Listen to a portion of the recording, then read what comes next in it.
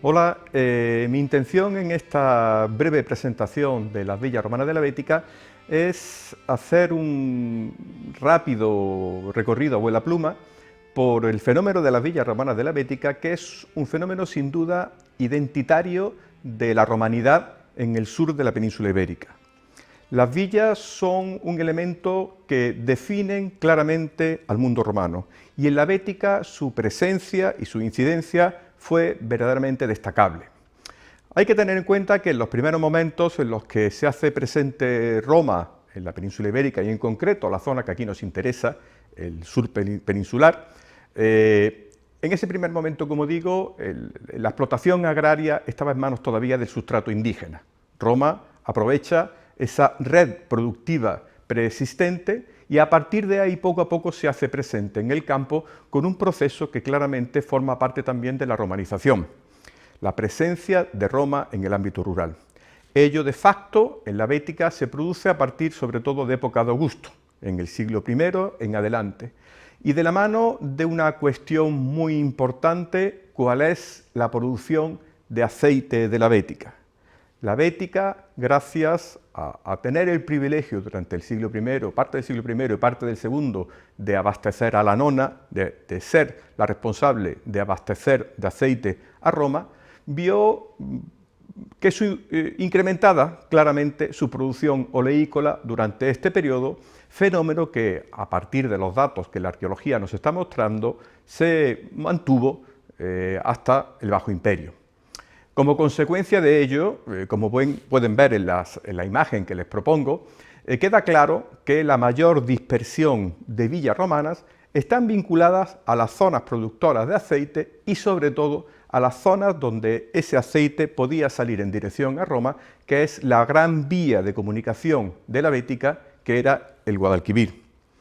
Hasta hace algún tiempo, sobre todo, esas producciones oleícolas estaban vinculadas a la zona del valle bajo y medio del Guadalquivir, también la zona en el entorno de Astigi, de Écija, el valle del Genil y ligeramente en la zona de Antequera, el valle de Antequera. Si bien en los últimos tiempos se ha comprobado que en el valle alto del Guadalquivir, esto es, en la actual provincia de Jaén, la producción oleícola, como no podía ser de otra forma, era también muy importante.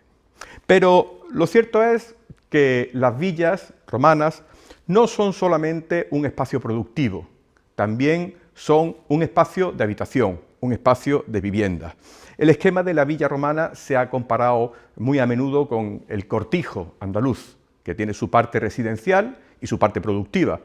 si bien está claro que el elemento productivo es el fundamental que da sentido a la propia instalación. En época altoimperial, los posesores, los grandes terratenientes, no solían habitar su villa, sino que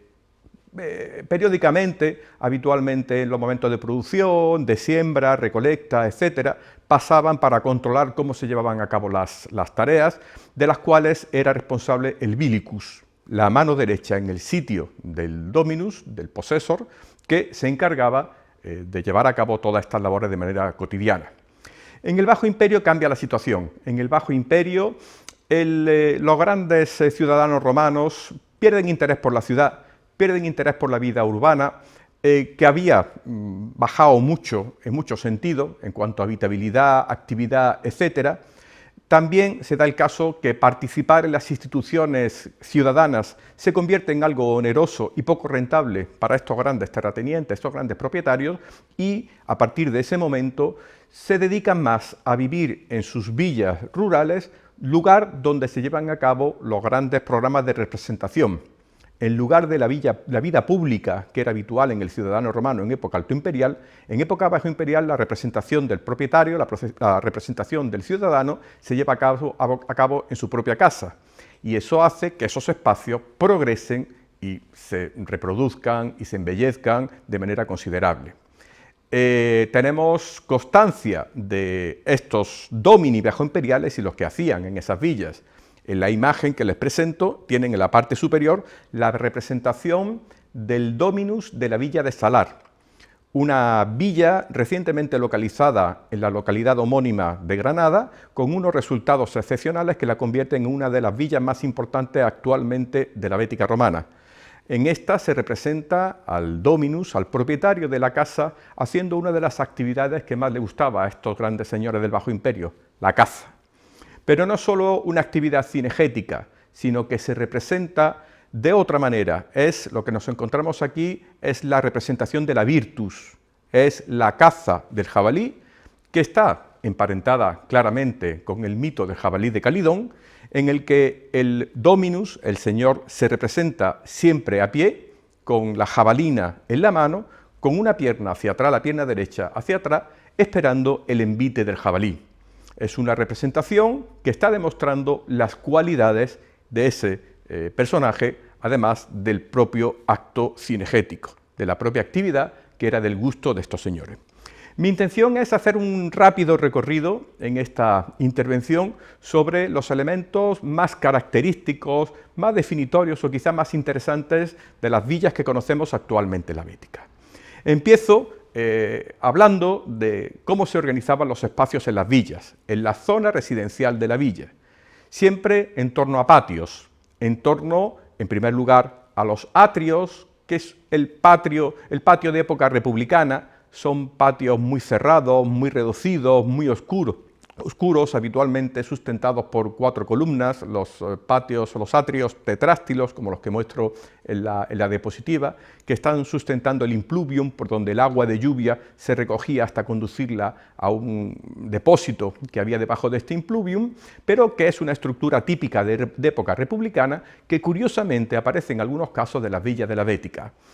Como decía Plinio, el atrio ex more veterum, que dice al describir uno presente en una de sus villas en la península itálica. Es una estructura hecha a la manera de los antiguos, porque ya a mitad del siglo II, cuando escribe Plinio, era una estructura anticuada, en desuso, porque realmente el espacio de distribución, de organización de la villa, de la pars urbana, de la zona residencial de la villa por antonomasia, es el peristilo.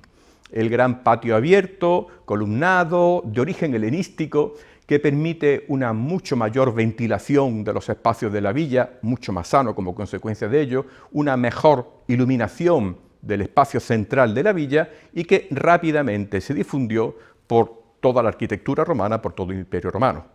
Estos peristilos tienen siempre presente el agua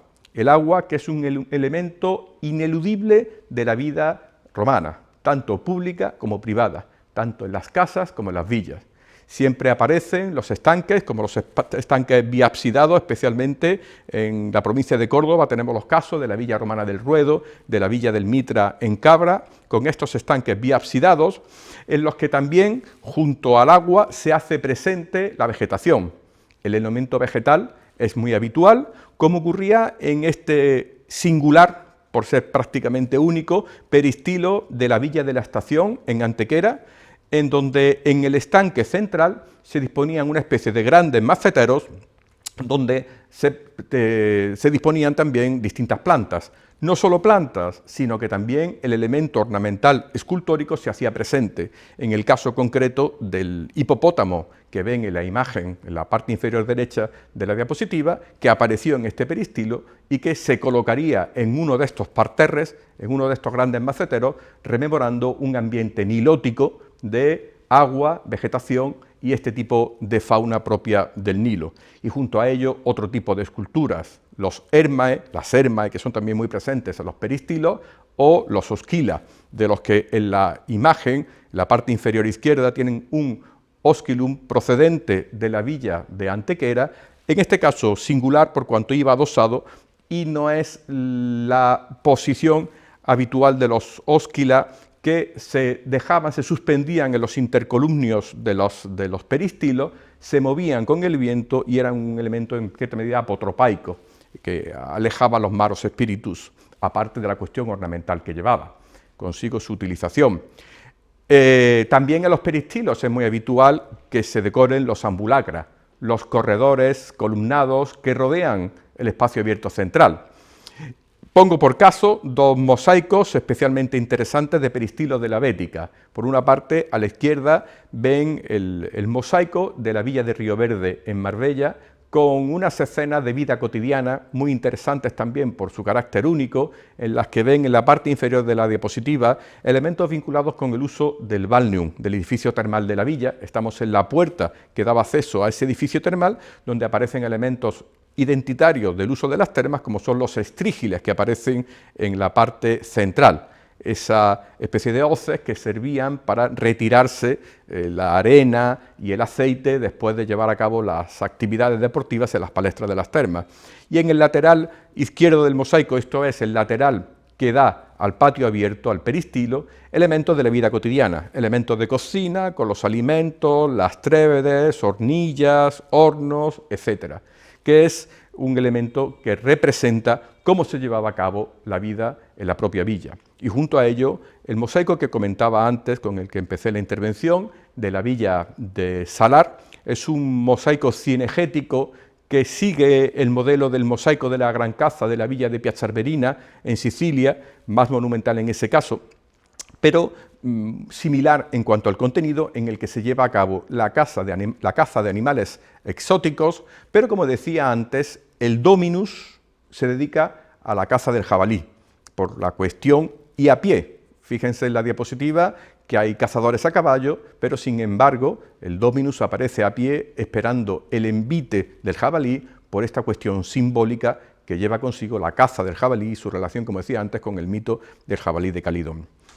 Los espacios representativos, cómo no, decía antes que la villa, sobre todo a partir del Bajo Imperio, se convierte en un espacio de representación del dominus, del possessor, del gran propietario, a donde acuden tanto sus clientes como sus amigos a disfrutar con él del banquete. El triclinium, la sala de banquete, es el espacio más destacado de la villa, el espacio más rico, más suntuoso, tanto por la decoración de pavimento y paredes, como los elementos ornamentales que se disponían en ella, en los que en algunos casos podemos intuir a partir de los hallazgos de las excavaciones arqueológicas, y no siempre podemos identificar cuál es la sala de banquete en las villas. Habitualmente son espacios de dimensiones superiores al resto de las habitaciones, suelen estar bien colocados en una posición axial y predominante en los peristilos, en los patios, para que el comensal, cuando estaba disfrutando del banquete, pudiera tener una visión escenográfica de ese patio abierto, con la vegetación, las fuentes, animales sueltos y todo esto, y a veces la propia decoración del pavimento se convierte en un elemento fundamental para que podamos ver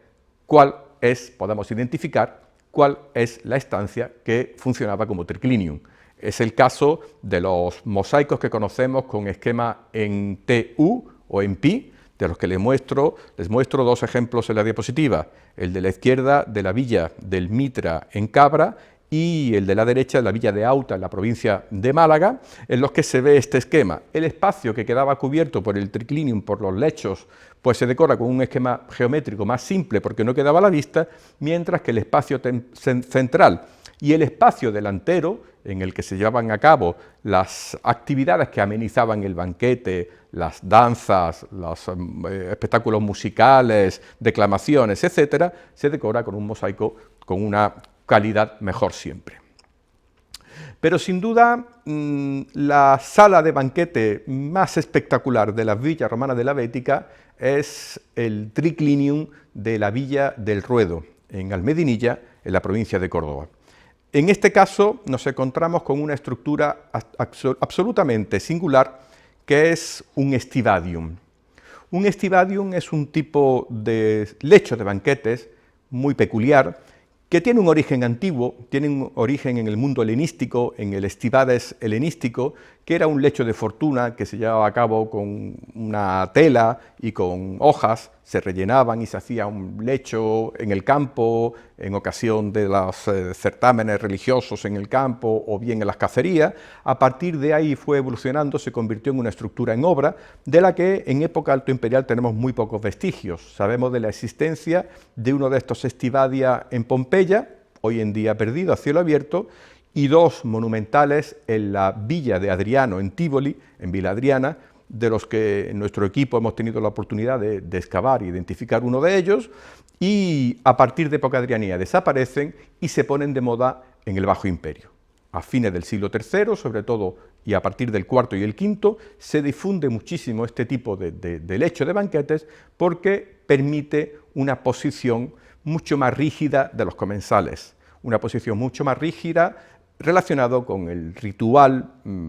tanto de los emperadores en el Bajo Imperio como a partir de la influencia de los emperadores en los domini, en los propios propietarios, en los domini bajoimperiales. En el triclinium tradicional, el locus consularis, el puesto que ocupaba el propietario, era en el lecho central el primero de la izquierda, esto es, estaba mezclado con el resto de los comensales, mientras que en los estivadia, el que organiza el banquete, el propietario de la casa, se coloca en cornu sinistro, esto es, en el primer puesto de la izquierda. En la imagen que ven en la recreación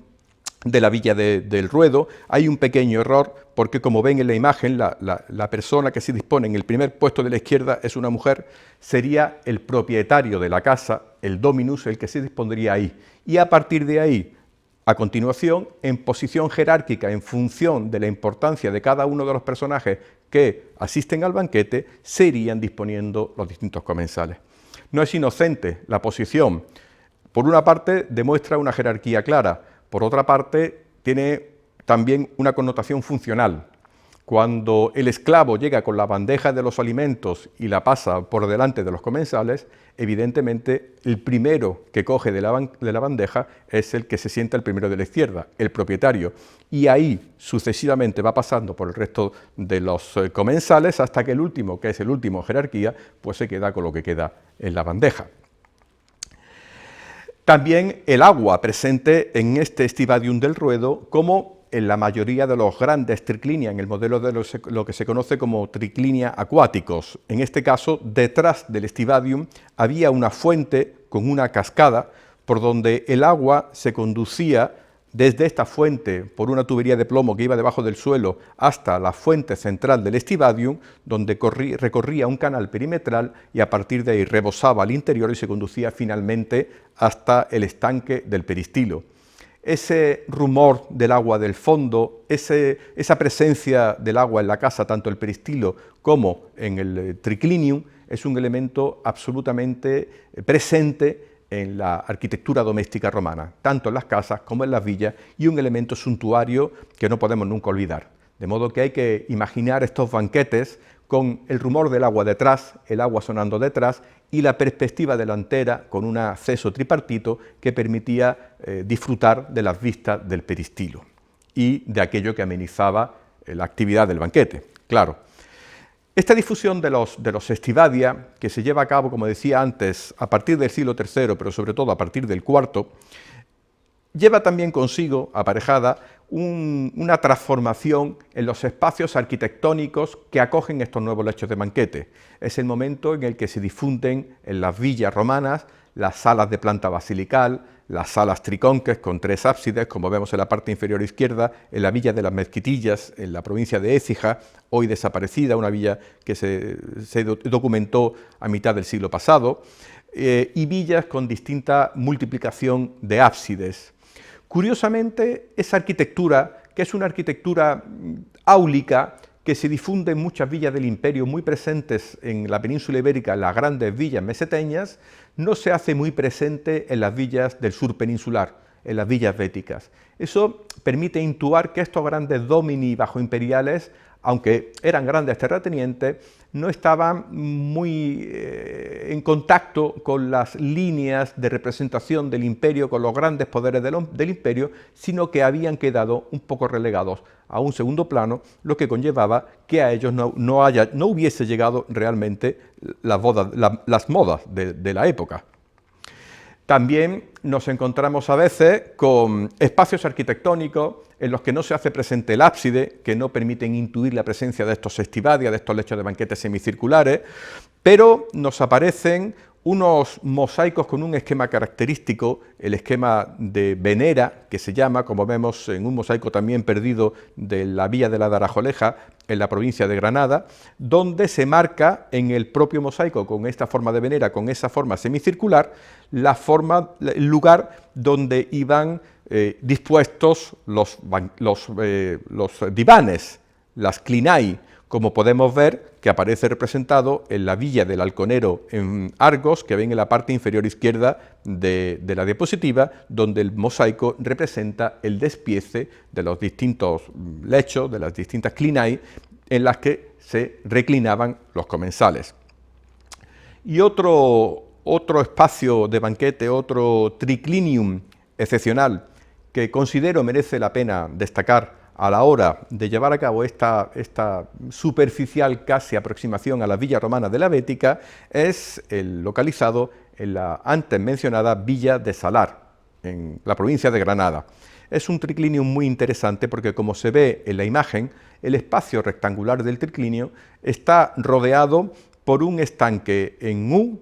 con un ábside en la cabecera, con lo cual hay que pensar que los muros que delimitaban esta sala debían ser muy permeables visualmente. Más que en muros, tenemos que pensar en pilares o muros con grandes ventanales que permitieran observar, permitieran contemplar este canal que rodeaba por tres de sus lados la sala de banquetes, que rodeaba por tres de sus lados el triclinium, donde había un programa iconográfico, un programa escultórico, del que se han recuperado diversas esculturas, de las que destaco especialmente una estatua fuente con la representación de Venus, que pueden ver en la imagen inferior izquierda, que tiene el agujero para la tubería, para el surtidor, que abastecía de agua a la fuente y que, sin duda, ocupó un lugar destacado en este estanque y en este triclinium, muy probablemente en el ábside de la cabecera, dando juego ornamental también a la estructura del estanque, no solo por la presencia del agua, sino también con su combinación con el elemento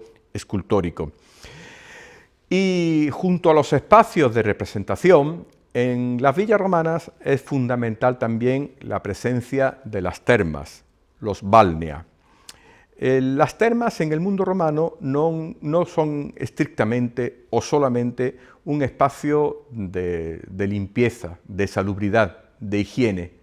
Supera con mucho la institución de las termas estas circunstancias de la limpieza y de la higiene. Son espacios de socialización, de relaciones personales, políticas, etcétera, que conllevan además el uso tanto por parte de hombres como por parte de mujeres, o bien simultáneamente, como ocurrió en una parte de la historia de Roma, o bien en horario separado, en horario distinto, como ocurre sobre todo a partir de época adrianea.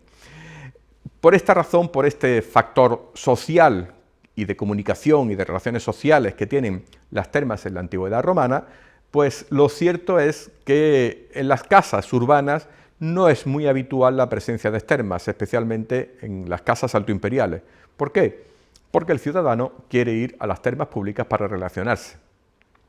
En algunas casas sí se hacen presentes, y sobre todo en el Bajo Imperio, pero evidentemente donde ineludiblemente sí se hacen presentes es en las villas, donde no existe la posibilidad de ir a las termas públicas, de asistir a las termas públicas, con lo cual son un elemento muy frecuente en las villas romanas que se desarrolla especialmente a partir del Bajo Imperio. Las termas de las villas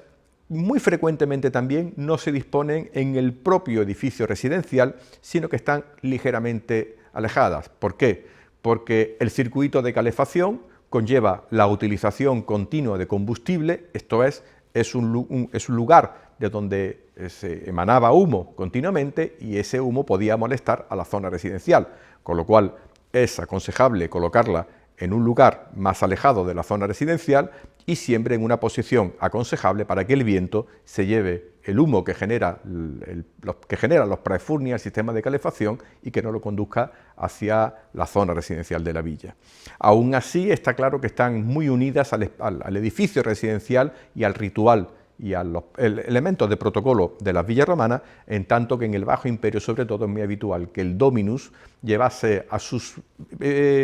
invitados más distinguidos, al menos, a disfrutar del baño en sus termas junto a él, y a partir de ahí, juntos, que fueran a a presidir y a disfrutar del banquete. Y entre los espacios que rodean el peristilo nos encontramos con los cubículas. Habitualmente tendemos a confundir el concepto de cubiculum con el de dormitorium cubiculum. No todos los cubículas son dormitorios. Dentro de los cubículas hay muchas funciones, sobre todo las conocemos a partir de las fuentes literarias que nos hablan de distintas actividades que incluso los emperadores Claudio, tenemos un caso de una fuente en el que habla que un acto político se lleva a cabo en su cubículum. Son lugares de reuniones con personajes muy elegidos cuando se quieren llevar a cabo reuniones en privado y, como no, también desempeñan esta función de dormitorios en el caso de los dormitorios a cubículas. ¿Cómo podemos identificar estos dormitorios en una villa romana? Habitualmente lo mismo que ocurre con el triclinium, es el mosaico el que nos da esa pista, el que nos permite identificarlo. ¿Por qué? Porque, como pueden ver en la imagen, a la derecha, pues en los cubículas el espacio que ocupa el lecho suele tener un pavimento de menor calidad, o bien un mosaico de menor calidad, o bien un pavimento que ni siquiera sea de mosaico de menor calidad, porque está siempre tapado por la cama, por el lecho, con lo cual ello nos permite identificar los cubículas, los dormitorios a cubículas, y saber en muchos casos la cantidad de dormitorios que había en una vivienda. Y un caso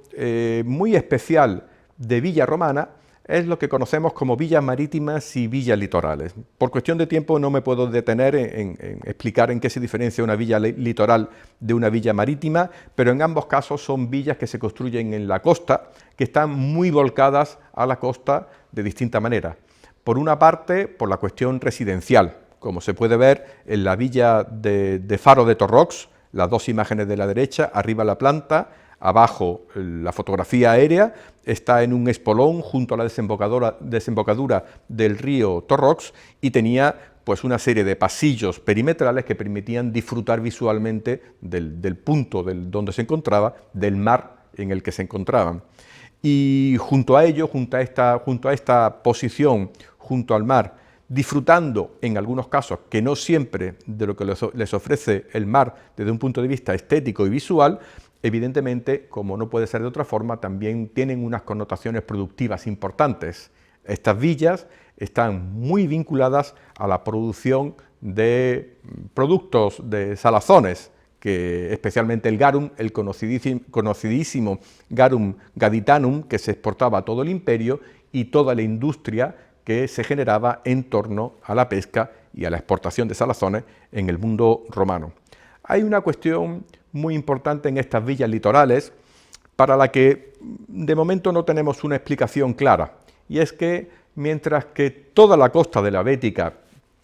toda la costa de la actual Andalucía, sobrepasando incluso los límites de la antigua Bética, está completamente jalonada de factorías de salazones, de factorías dedicadas a esta explotación de los productos del mar, es cierto que la vinculación de las factorías de salazones con villas romanas y con villas marítimas es un fenómeno que prácticamente se da casi con exclusividad en la costa malagueña, la costa de la actual provincia de Málaga. Desde el extremo oeste más cercano a Cádiz hasta el extremo este más cercano a Granada, es donde se concentran la inmensa mayoría de estas villas litorales, de estas villas marítimas de época romana en la Bética, quizá vinculado con un sistema productivo que en esa zona se difundió y que no llegó a otra zona donde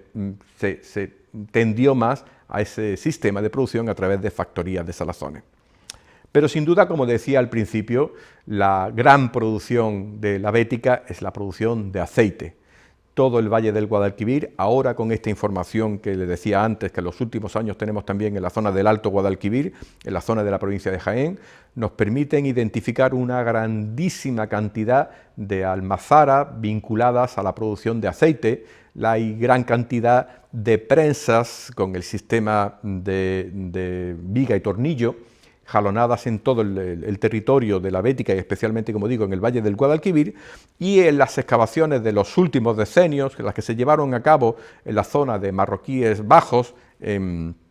la ciudad de Jaén, tenemos importantes novedades, como son las que ven en la diapositiva, en la parte inferior de la diapositiva. En las excavaciones en Cortijo Los Robles y en la factoría de Cuétara aparecieron grandes almazaras con unos conjuntos de prensas que llegan a contar hasta con 6 prensas cada una de estas factorías y que nos permiten intuir, evidentemente, que nos encontramos en esta zona con una producción de aceite bastante importante. Y otra novedad también importante que han producido esas excavaciones en la ciudad de Jaén es que la cronología llega a un momento más tardío. Es claro que la pérdida del privilegio de la nona para la Bética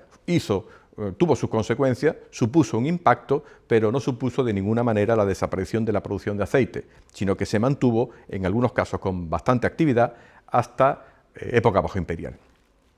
Y aparte de la producción de aceite, claro, la ganadería, la agricultura,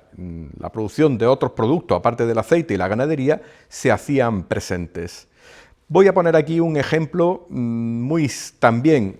importante y singular, que es la villa de Bruñel, en Quesada, Jaén, muy cerca del yacimiento del que procede nuestro mercurio, y es una villa muy curiosa porque cuenta con un esquema monumental en la fase bajoimperial, con una gran sala de doble ábside. Es un esquema sin duda representativo, que aparece en otros casos, que aquí no puedo explicar con más detalle por cuestión de tiempo, y con un peristilo central. Pero en lugar de dedicarse a las funciones representativas que se debería presumir en una estructura de estas características, a partir de las excavaciones, del hallazgo de elementos de labranza, de elementos vinculados con el ganado, se sabe que tanto el aula biabsidada como el peristilo se utilizaron para el ganado, se utilizaron como establo, en espacios, por otra parte, que estaban ya pintados con pintura mural las paredes, si bien nunca se llegó a dotar de mosaicos. ¿Cómo podemos explicarnos que estos espacios de representación, este aula biabsidada, este peristilo y las estancias que lo rodean pintadas con pintura mural, se hayan utilizado como establo? Creo que la única forma de interpretar esta circunstancia es situándonos en la situación económica del campo en el Bajo Imperio. Es una situación en la que los grandes domini bajoimperiales se están enriqueciendo muchísimo, se están convirtiendo en grandísimos terratenientes que están generando lo que se conocen como massae fundorum. Ya no te conformas con tu fundus, ya no te conformas con tu villa, sino que con la cantidad de dinero que tienes, eres capaz de comprar otras villas del entorno y constituir lo que se conoce como una massae fundorum, un gran latifundio en el que has unido lo que eran distintos fundi, distintas propiedades preexistentes. Es posible que en ese contexto haya que interpretar la villa de Bruñuel, de manera que hay que pensar que un gran propietario de la zona, que tendría su sede en otra villa cercana, no en esta, en un momento determinado habría comprado, se habría hecho con este fundus, con esta propiedad, el edificio que estaba todavía en construcción no le interesaba como espacio de residencia y lo dedicó a espacio productivo, a espacio dedicado al ganado, dejando sin concluir ese esquema representativo, residencial y suntuario que tenía previsto su viejo propietario. Pero en las villas romanas no solo se vive y se trabaja, en las villas romanas también se muere. También se muere, sobre todo, en el Bajo Imperio. Está claro que en época alto imperial, como decía antes, el propietario tiende a vivir en la ciudad, ocasionalmente va a su villa, pero no reside en la villa, mientras que en el Bajo Imperio se convierte en su residencia más importante. No tenemos en la inmensa mayoría de los casos grandes mausoleos, sino que lo que habitualmente encontramos en las villas son necrópolis de inhumación, que en muchos casos llegan a un momento de la antigüedad tardía en el que ya la villa había perdido su identidad como villa romana en sentido estricto, convirtiéndose en una unidad de propiedad diferente explotada por otro tipo de población. Y además de morirse en las villas, también se rezaba, también se oraba. A partir del siglo IV y sobre todo en el siglo V después de Cristo, con la difusión del cristianismo y con la llegada del cristianismo al mundo rural, se hacen presentes los espacios cristianos. No tenemos en la villa grandes iglesias construidas sobre villas, pero sí tenemos algunos casos de algunos mausoleos, pequeñas iglesias familiares que han aparecido en algunos casos. Y para época alto imperial tenemos documentos, no hay en época alto imperial unos espacios de culto en sentido estricto, claramente definidos al menos, pero en este caso es la escultura la que nos habla de ese concepto sacro, a partir sobre todo de los lares, a partir de la pequeña escultura de pequeño formato, que era un elemento de adoración en el mundo romano, como ocurre con el caso del Mercurio de Cazorla, que es la pieza que nos trae aquí, que nos ha traído aquí a hablar de la Villa Romana de la Bética.